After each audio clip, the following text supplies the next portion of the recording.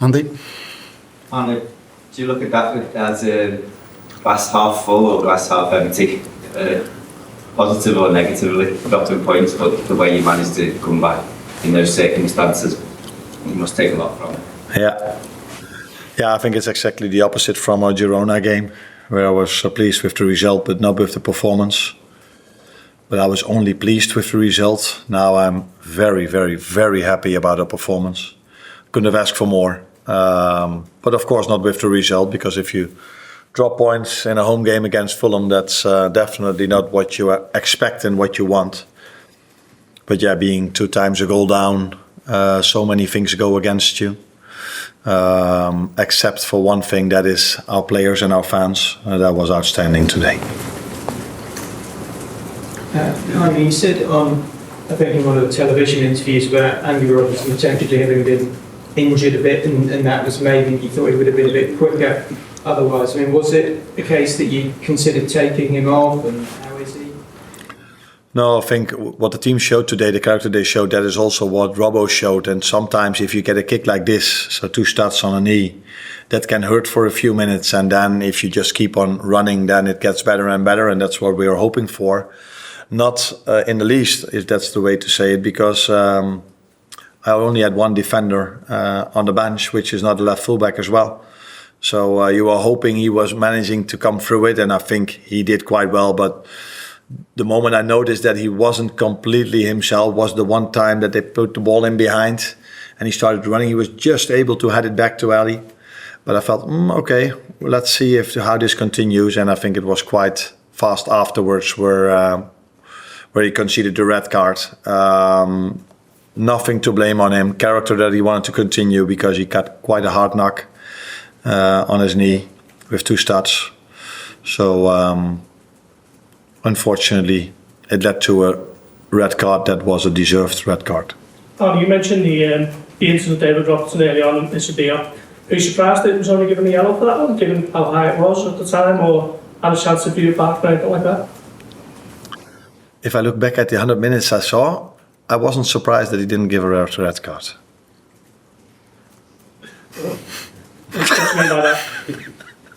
It's up to you how you want to read this comment. No, but it was been judged by the VAR. So when I saw, I didn't even saw it because someone stood in front of me. So I was, why is he on the ground? Why is he on the ground? And then people told me, oh, he got quite a hard knock. But a referee gave a yellow. VAR didn't change it, so can happen. Can happen. Yeah. On the back. I'm impressed with you. Were you with Gravenberch's performance on his part of the back three? Impressed. Like everyone who was in the stadium or saw the game. Ryan did outstanding again today. Without the ball, he was mostly in our last line. Had to play sometimes against the 9, against wingers who are really fast.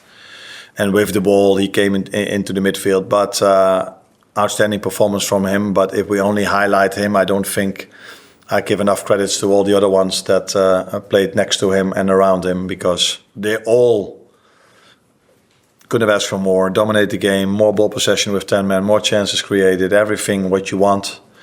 Unfortunately for us, maybe the only chance they got with 10 men led to a goal. So yeah, that sometimes happens as well. Greg? When you go down to 10 men, are you very clear on what you know, what you want to do next? You can prepare for that from the back? No, because you never know which player is going to go out and which team you've lined up. So it always depends on the players you have available, how you are going to react to that. Are you 1 goal down? Are you 1 goal up? So that makes a difference. So if you're 1 goal up, you might consider to defend with a lot of players. So then I might have considered to bring immediately a defender in. But if you're 1 goal down, you see it differently. So first you take a look at the tactic board and you think, oh, this might be a good option. And that's what we did for 5 minutes. But then looking at it, it looked better on the tactic board than on the pitch, with Cody being a left back. So we changed that after 5 minutes, and our message got across, I think, even better at halftime, where you can tell them even more clearer what we expect from them. And then it helps if you immediately score the 1-1. What doesn't help, we had great momentum that the game was again delayed, or how do you say this, for 3, 4, 5 minutes immediately after we scored the goal, because they were on the ground. And that happened a bit too much for us to keep the momentum going. So everybody's saying, yeah, you've played quite a lot of time. Yeah, it's true. But the momentum is then like this if every time there's a treatment for an injury. Lewis? You must be delighted with your subs as well, Diogo and Darwin coming on and getting the point in the end. Right? Yeah, first of all, we're delighted to have some players back because we've had our injuries. The good thing is that nobody spoke about it because that means you get results. But to have them available at this moment of time was really helpful because there are 2 Dutch journalists over here, so they were not surprised maybe by the substitutions I made. Maybe you as well, you weren't. But we just thought bring all the players in that can score a goal. And then to see them working so hard without the ball. So we had 5 or 6 players who are mainly offensive players. But them to be able with 10 to keep the other team away from goal and still create chances was great to see. And indeed, Jota, Darwin had impact, but Harvey had impact as well, being out for 2 months now. It's good to have him back also. Thank you, everyone. No questions. No.